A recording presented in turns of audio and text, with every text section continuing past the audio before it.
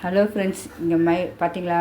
மயில் பார்த்தீங்களா எவ்வளோ அழகாக இருக்குது. வீட்டு வாசல் திருநெல்வேலியில் என் பொண்ணு வீட்டில் இருக்குது. சரி, போயிருக்கும்போது பார்த்தேன் வீட்டு வாசலில் நல்லா நம்ம கோழிங்க மேயிற மாரி அதுங்க பார்த்துக்கு அங்கே அழகாக மயிலுங்க சுற்றிட்டு இருந்துச்சு. பார்த்தோன்னே அழகாச்சு. தூங்கி எழுந்தபோதே இந்த மயிலுடைய சவுண்டு தான். தூங்கவே விட மாட்டேங்குது நம்மளை. 5 மணியான மயில் அப்படியே கத்துது பாருங்கள், கத்தி கத்தி எழுப்பிடுது. பார்த்தா இங்கே நல்லா எல்லாம் சாப்பிட்டுட்டு விளையாண்டுட்டு அப்படியே சுற்றி நின்றுச்சு. சரி, பார்த்தோன்னே ரொம்ப அழகாச்சு. என் பேரனும் பாட்டியும் மயில் இருந்துச்சா, சரி அதையும் அப்படியே பார்த்துடணும்னு பார்த்துட்டே இருந்தோம். அப்புறம் பார்த்தேன், சரி உங்களுக்கும் காட்டணுமே இதுன்ட்டு உடனே வீடியோ எடுத்துகிட்டு வந்து போட்டேன்.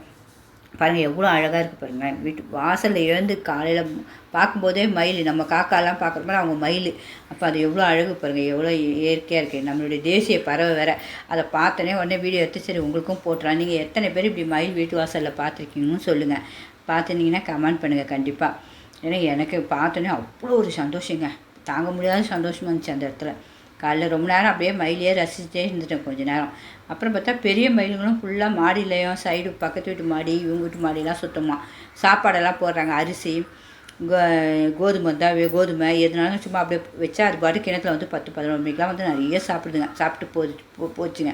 சரி, ரொம்ப பிடிச்சிருந்தா நீங்களும் லைக் பண்ணுங்கள். அது பாருங்கள் மேலேயும் பாருங்கள் காட்டுறேன். மயில் ஒன்று சுத்தம் பாருங்கள். அது பாருங்கள் எவ்வளோ அழகாக சுற்றுது, அப்படியே ஜம்ப் ஆகும். பிடிச்சிருந்தா லைக் பண்ணுங்கள். Okay friends.